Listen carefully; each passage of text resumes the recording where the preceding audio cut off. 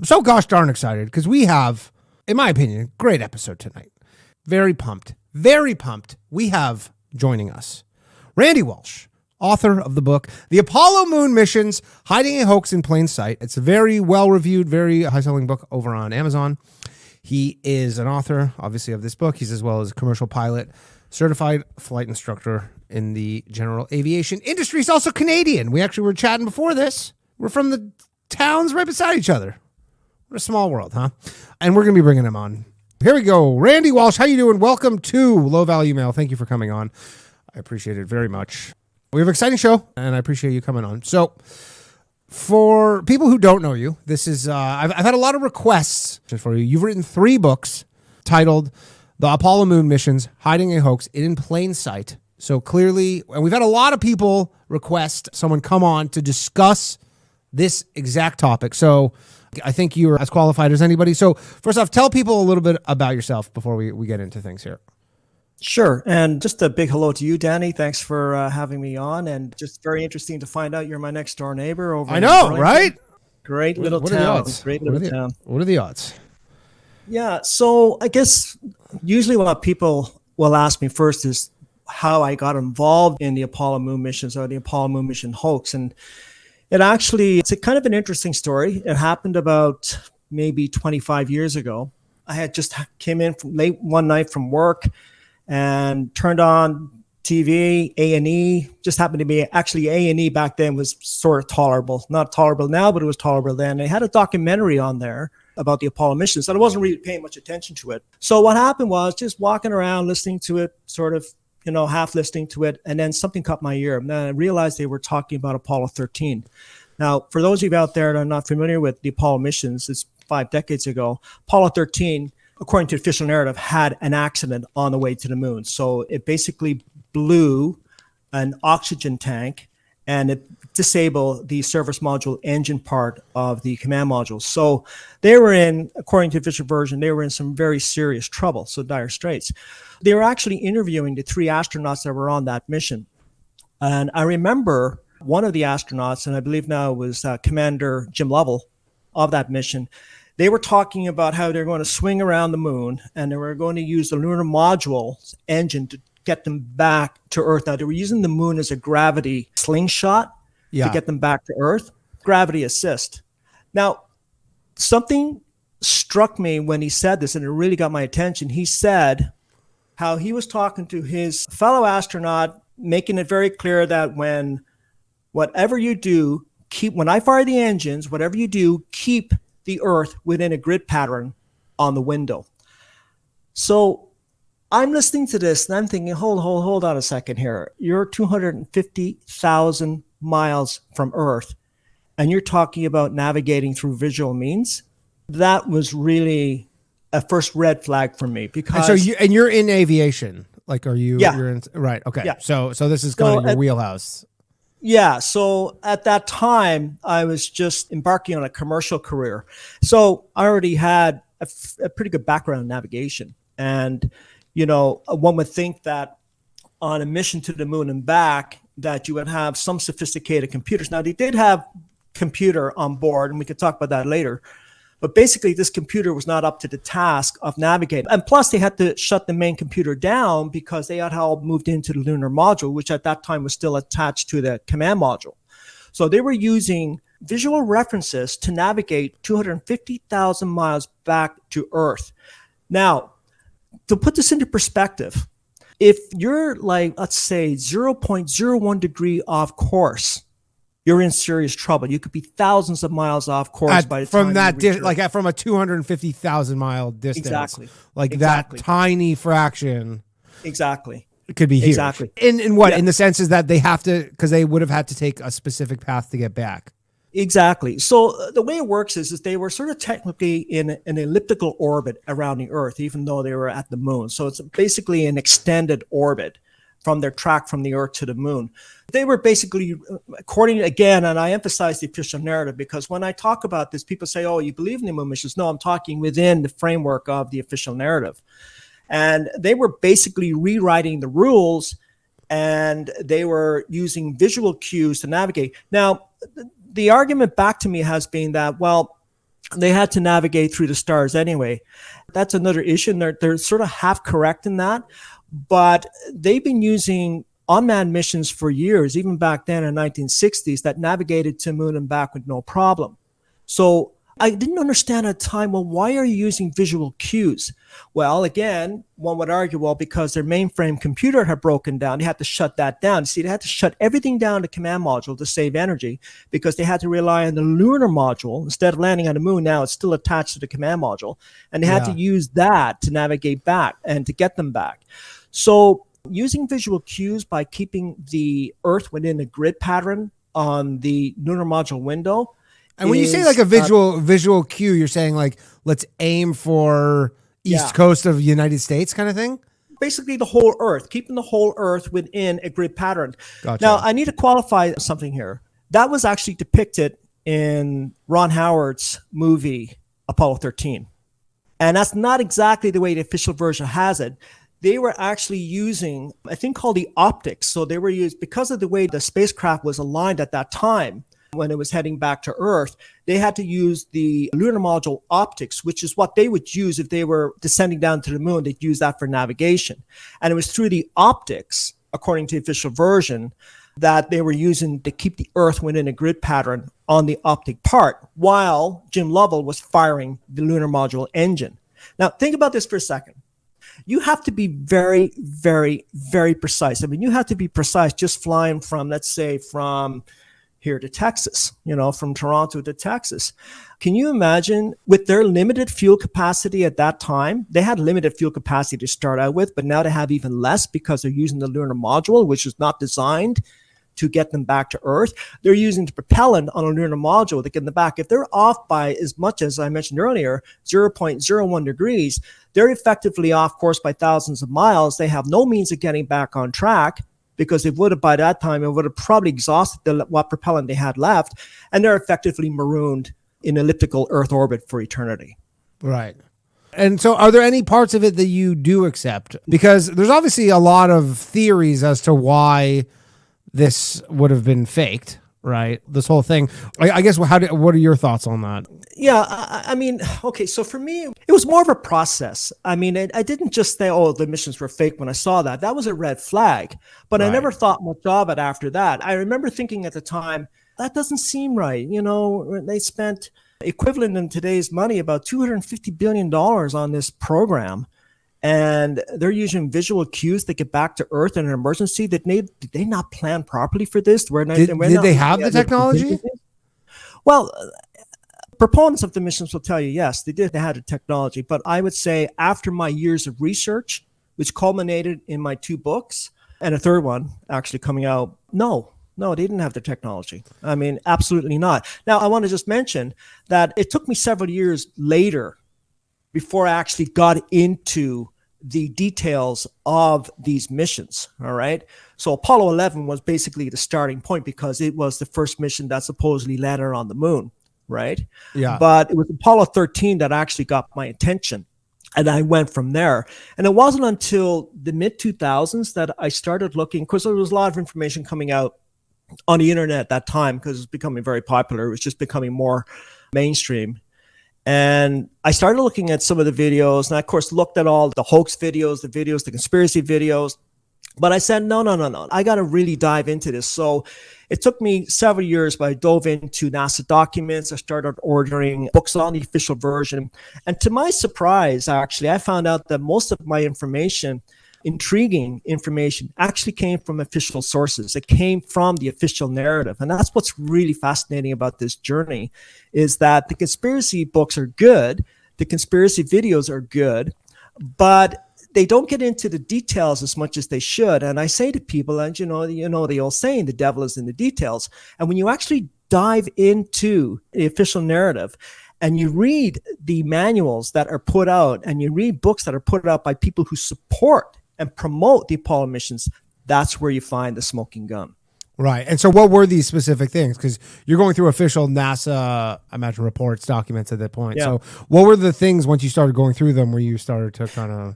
There's a million things that we could talk about here. And to say what was the one thing is very difficult to do. But what I can do is I can tell you what I focused on. And for me, I started with the Saturn V rocket, and more specifically, the F1 engines within the Saturn V rocket. Now, the F1 engines got a bit of a history. It's a very interesting history. The F1 engines to this day are still talked about as the most powerful liquid-fueled engines ever made. They work perfectly during the Apollo missions, and after that have never been used again. And when I look deeper into the subject of the F1 engines, and without the F1 engines, and I want to emphasize this, without the F1 engines, you would have had no Apollo moon landings, because the F1 engines needed to produce the power in order to launch the 46-ton payload into orbit, right? And that payload includes the command module, the service module, the lunar module. You need that kind of thrust to get that up into orbit. That's just to get it into orbit. Right. And if the F1 engines are not producing the power that is needed, if it's off slightly, it doesn't reach low Earth orbit, and you cannot have an Apollo moon landing. So that's where my starting point was, the F1 engines.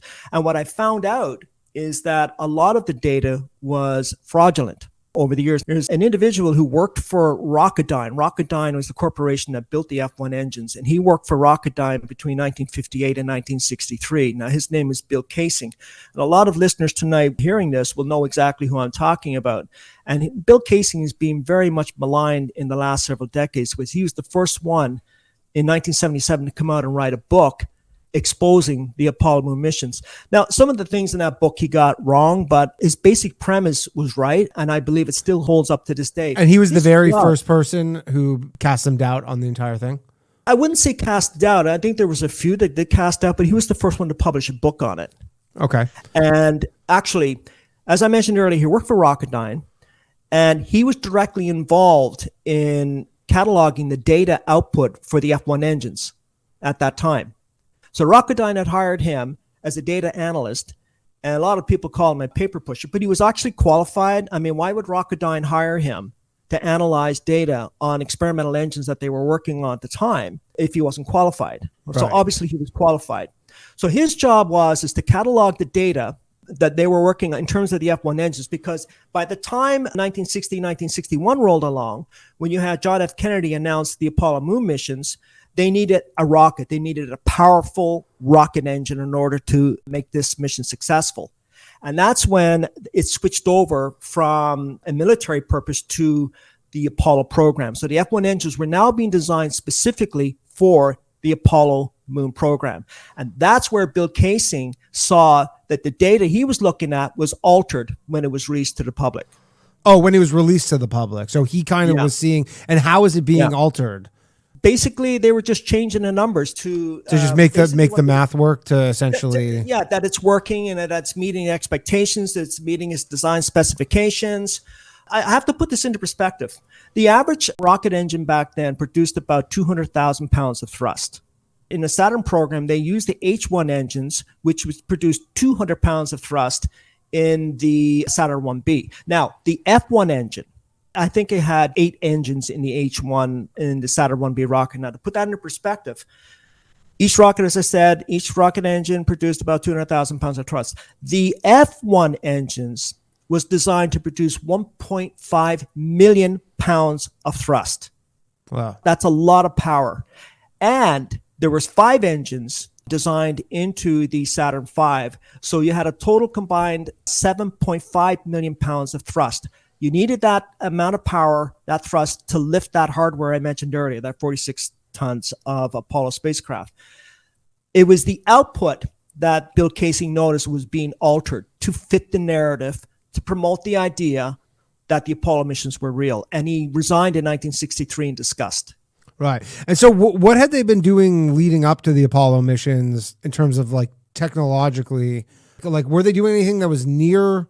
You see, this is the thing, and this is what's really amazing. And, Bart Sabrillas talked a lot about this too. Basically, when Kennedy made that statement in 1961, I believe it was the United Nations or it was to the American Congress, one or the other, they had a total of 15 minutes experience in the suborbital flight with one astronaut. That's just with one astronaut.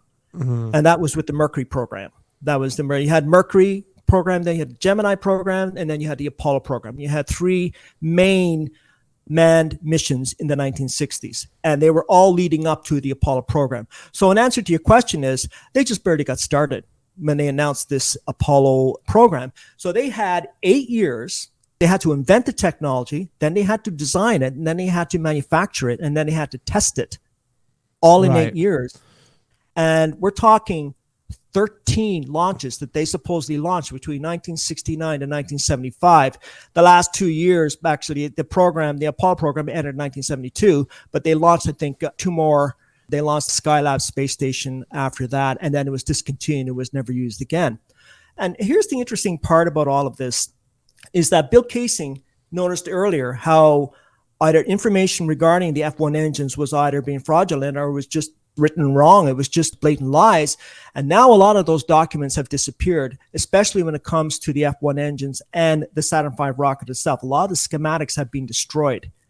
And you have to wonder, is that proof of the hoax? No, it's not proof. But when you look at that and you build on the details, then it becomes obvious that something nefarious was going on here. Right. I mean, there's obviously the whole thing of why haven't they gone back? And there's, I forget who, but there's someone who's like, we don't have the technology to do that, right? And you're like, well, then what happened to it? There was what was it, all the deleted reels? Like they just lost them all? Yeah. So that's very interesting because I wrote a chapter about that in my book, my first book. So for each mission, there was approximately 14,000 reels of telemetry tape. Now, the telemetry tape has 3 very important pieces of information on it. It had of course, the live visual feed from the moon surface. Then it had the biomedical information. And then it had basic telemetry from the spacecraft itself. And that was back then for people, you have to realize that this was the tape age. There was no digital computers back then. It was all tape to tape. It's all tape, yeah. Right? Analog. So basically what happened is it would be recorded onto one reel, and one reel contains about 15 minutes of information. So multiply that one reel, which is about the size of a car steering wheel, by 14,000. And that was what you had left over from the Apollo 11 missions, 14,000 reels of telemetry tapes. Well, those are the tapes that you're talking about. And yes, they have disappeared. And NASA has come out with all kinds of excuses. And basically, actually, they leave it up to their proponents to do that. And it's pretty comical sometimes. They come out and say, well, the tapes went missing but they had to tape over them because there was a tape shortage, to every excuse you can think of.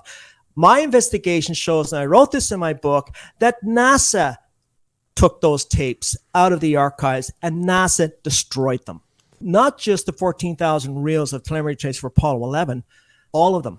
So we're talking over 140,000 reels of telemetry tapes have gone missing from the National Archives related to all of the Apollo missions. Remember, there were 6 of them that landed on the moon, supposedly, and all of that data is gone.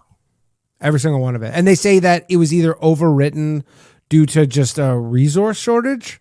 Yeah, that's one of the answers. I mean, you think they'd have unlimited resources. The most popular answer. Actually, the most popular answer I've had from the proponents is that, well, there was a tape shortage. And, it really boggles the mind when you think about it, because we're talking about NASA here. We're talking about billions of dollars in resources. Right. You would think that they could have a few extra dollars to buy a few more tapes. So my investigation showed, and this is again in the book, and this is coming from NASA. This is what's really baffling. This is actually coming from NASA itself. If people just look at the details and read the details, NASA itself says those tapes, all of them, were signed out by NASA from the National Archives in the early 1970s. The tape shortage that they're talking about didn't happen until the early 1980s. And what's more, all those tapes that were signed out, the Apollo telemetry tapes that were signed out, they broke protocol. They didn't follow procedure. NASA's written on the documents as the ones who signed it out, but there's no specific name, so there's no paper trail. Right. And they disappeared after that. And why so? Because it seems pretty sloppy. Is it just because they thought nobody would ever kind of poke around?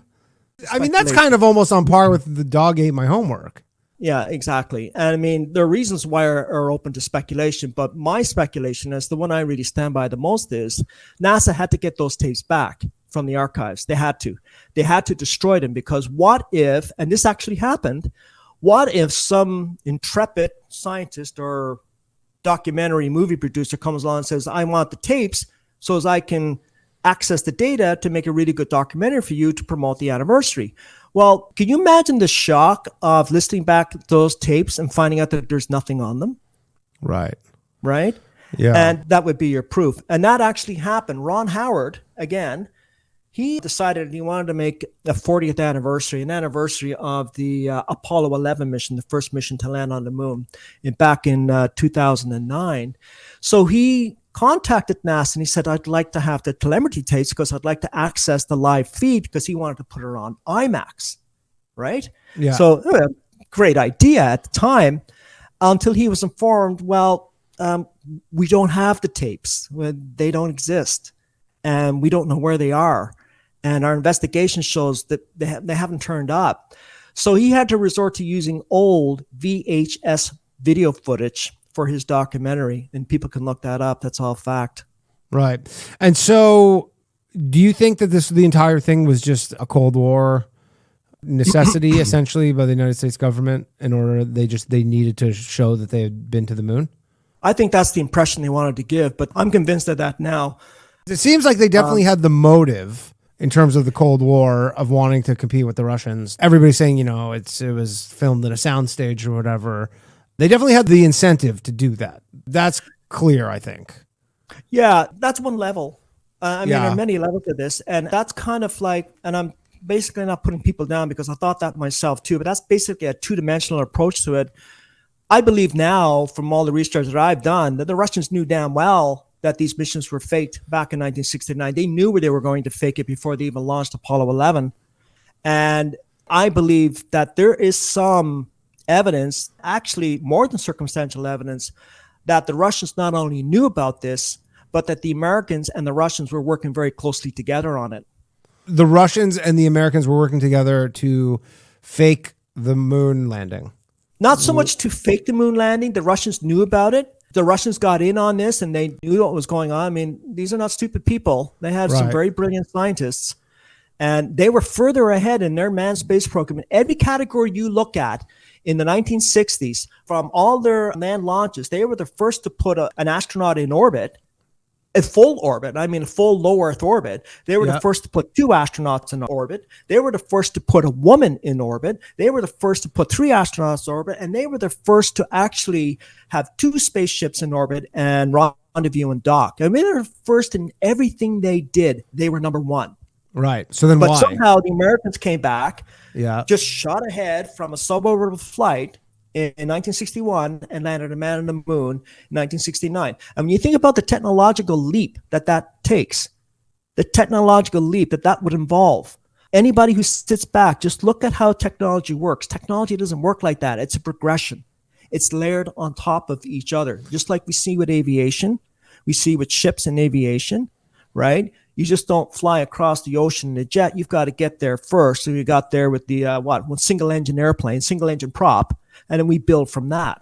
Yeah. And then, of course, there's no documents for that left because we don't need those documents because we've already built on that technology. Unlike the Apollo moon missions, it's not just the documents for the Saturn V and the F1 engines that have disappeared. Grumman, the corporation who made the lunar module, and the corporations that manufactured these spacecraft have basically destroyed their own schematics. Right. And so just going back to this Russia-U.S. kind of alliance, I guess. So if you're saying that they knew about it, to what end? What was the purpose of that? The idea is that they were enemies at the time. Yeah. Right. Yeah. But you're saying they were actually working together. So I guess. Well, I wouldn't say they're the best of friends. Okay. So I'm not saying that. I'm not saying that they're, buddies behind the scenes. What I'm saying is that they both understood the reality. They both play their people. All right. Okay. We were being played. The Russian people were being played. It's a form of control. And I think you alluded to that earlier when you asked me what was the reason. You gave a reason. And I would have to say that that's one of the primary reasons, because it creates an illusion and it creates a form of control and manipulation. And it's just one part of a whole. The Apollo missions itself doesn't stand alone in this. You have to layer in many other factors. And it takes quite a while to go through all this. But I do believe that the Russians knew about them. In fact, a lot of people don't realize this, but when the Apollo 13 splashed down, and that was the one I mentioned earlier that had the so-called accident, to this day, there are 2 Apollo 13 capsules on display. The question is, where did the other one come from? Yeah.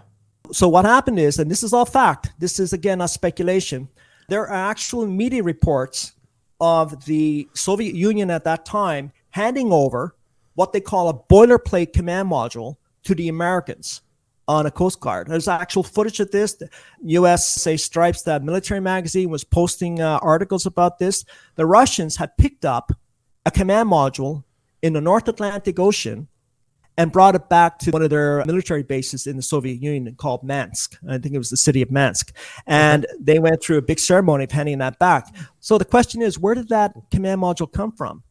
Well, a boilerplate means that it's a dummy command module. What they use is when they don't want to launch an actual command module and they're just testing a rocket, they put a dummy on top. Yeah.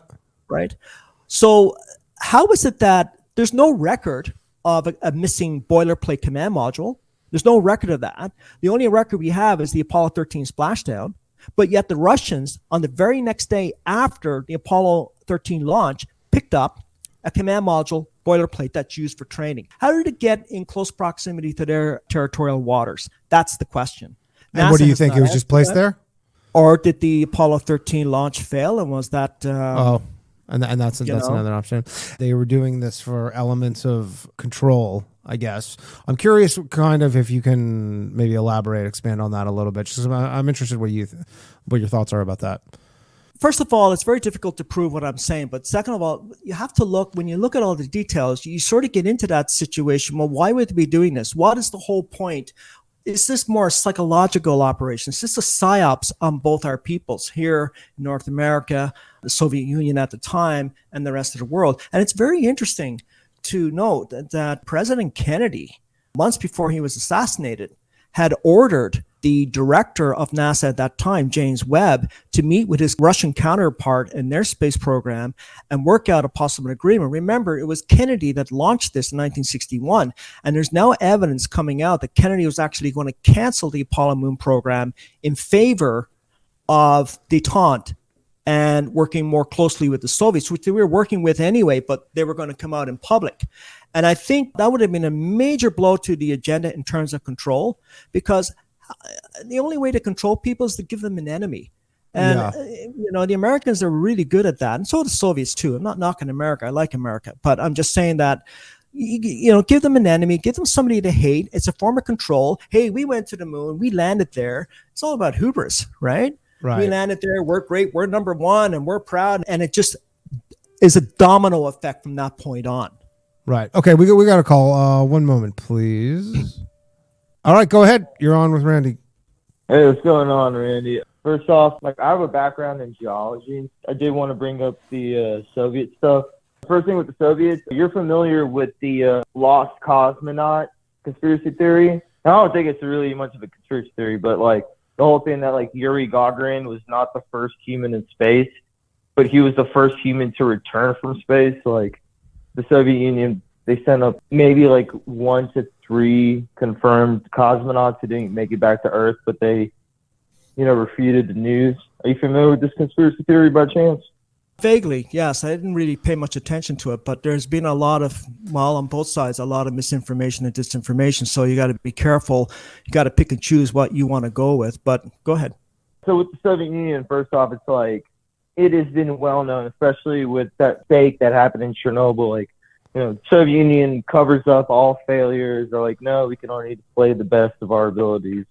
And that's just one thing you're talking about, associating with cosmonauts and astronauts. But my thing is, what do you know about the lunar samples? Because as a geologist, I've done things like hyperspectral analysis of mineral samples, and it works 100% of the time, where you can identify a rock as you know what it is by hyperspectral analysis. It gives you a spectral response based on light bouncing back from the rock material you hold in your hand. But why isn't there any of that done on the lunar samples? And also, I wouldn't trust if they would do it themselves. I would have to have them go to the factory that makes the hyperspectral analysis machines So let's start with a couple of things here first. So there's, again, a lot of misinformation and disinformation when it comes to this. First of all, I'm not a geologist. I'm just going by what I've read. And from people I have talked to who have a lot more experience and are qualified, a lot more experience in this. We know that a year before the launch of Apollo 11, that Wernher von Braun and a whole crew of his entourage had flown down to the South Pole, and they were gathering samples of moon rock. And so we know that, and we know that for a fact, right? They actually gathered, I think it was several hundred pounds, and they brought it back. And the question is, why were they doing that? Were they doing that to see what it's like to actually test the moon rock? Well, couldn't they just wait till they get moon rock from the moon? So they had done that. Second of all, I have read instances where NASA will say that there's no water droplets or no moisture at any content at all in moon rock samples. Yet then I've read from their own narrative that they have found water samples, and this is going back 40 years. So there's, again, a lot of, back and forth misinformation. And the other question is, and this is the one I really like to focus on a lot, is, okay, so they say they have brought back an estimated, I think it was 800 pounds total of moon rock between all the 6 missions. So that works out to 140 pounds per mission. And not every mission was 140 pounds of moon rock. Some was 50 and some was 200. But how did they get them back into Earth's atmosphere? Because you're adding a lot of weight to the command module. And that's the angle that I like to go. And I haven't found a reasonable answer. When you're re-entering the atmosphere, you're getting into some serious forces. And that's when weight and balance becomes an issue, more so on reentry. That added weight that they picked up from the moon, let's say they picked up 75, 80 pounds of moon rock, is not properly distributed within the spacecraft. That is, spacecraft comes in angled incorrectly and will burn up and kill the crew instantly. So that's kind of the angle I was looking at that. I leave the geology aspect of this up to the people who are qualified to look into this. Jared White is one example. He's done some very good work on this. But that's kind of the angle where I came from. It's just that it's easy to say, well, they brought back several hundred pounds of moon rock. First of all, nobody's ever seen a photo of that. And second of all, to your other question you brought up, I too wouldn't trust NASA to investigate itself when it comes to the moon rock. But NASA is very careful about who inspects those moon rocks. Those moon rocks, people who inspect those moon rocks, they have to be scientists that are very heavily screened by NASA. They need to be working for established institutions or corporations that directly or indirectly get their funding from government.